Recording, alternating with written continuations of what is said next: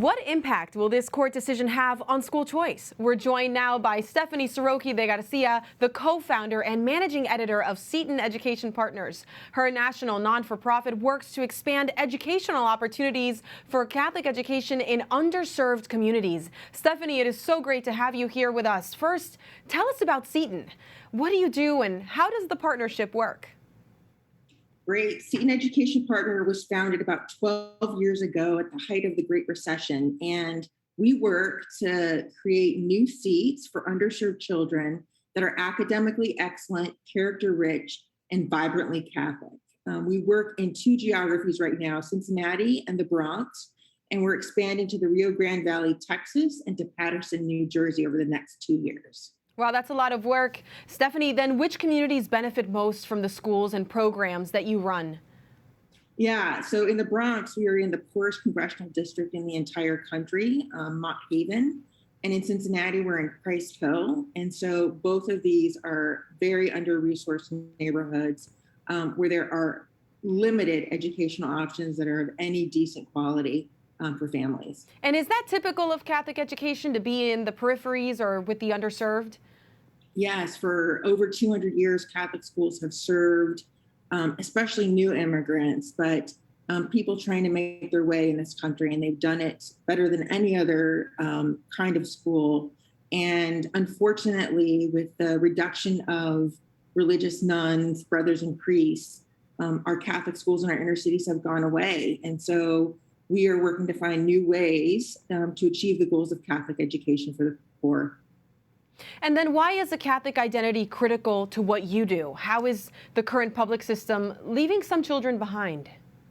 Yeah, so not only is the current public school system not serving kids well academically, too often our public schools are undermining the moral teachings that parents are trying to pass on to their children. And this is becoming especially egregious when it comes to issues of human sexuality. Starting in kindergarten in California, where I live, and in New York and in New Jersey, children are learning about the gender unicorn and are being taught that their gender was assigned at birth and that they can choose what gender they want to be. And I cannot tell you how confusing this is for the children and what a divide it brings up between parents and their children.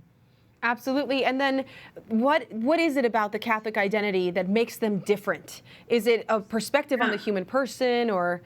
It is one, it's a belief in something greater than yourself. It's an understanding that you are mind, body, and soul. It's an understanding that being and living a life of meaning and purpose and goodness is more important than the material things of this world. And so the Carson decision hopefully was good news to you. What was your reaction? The dissents in the opinion specifically mentioned charter schools. Will this affect your programs?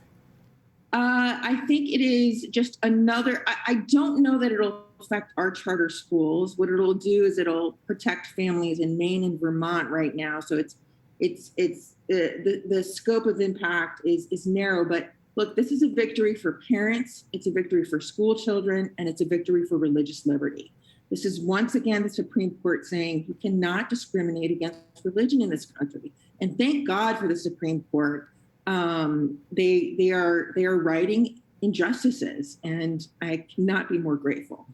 And Stephanie, you know, we often hear contradicting narratives of schools shutting down in some archdioceses from lack of enrollment. But then COVID came in and security-driven parents who are shifting from public to private schools are countering that narrative. Who's got it right? Do we have more people in private religious schools or less people?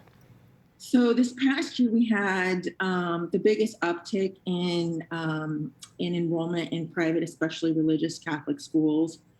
That we've seen in several decades. And I think a big reason for that is our parents are becoming woke to our public school system's dysfunctions. So I think it's a combination of COVID, and it's things like CRT and this transgender movement that is really waking parents up. Well, Stephanie, we're grateful for what you do, and we're hopeful that you'll continue to do your good work. Thank you so much. Thanks. God bless.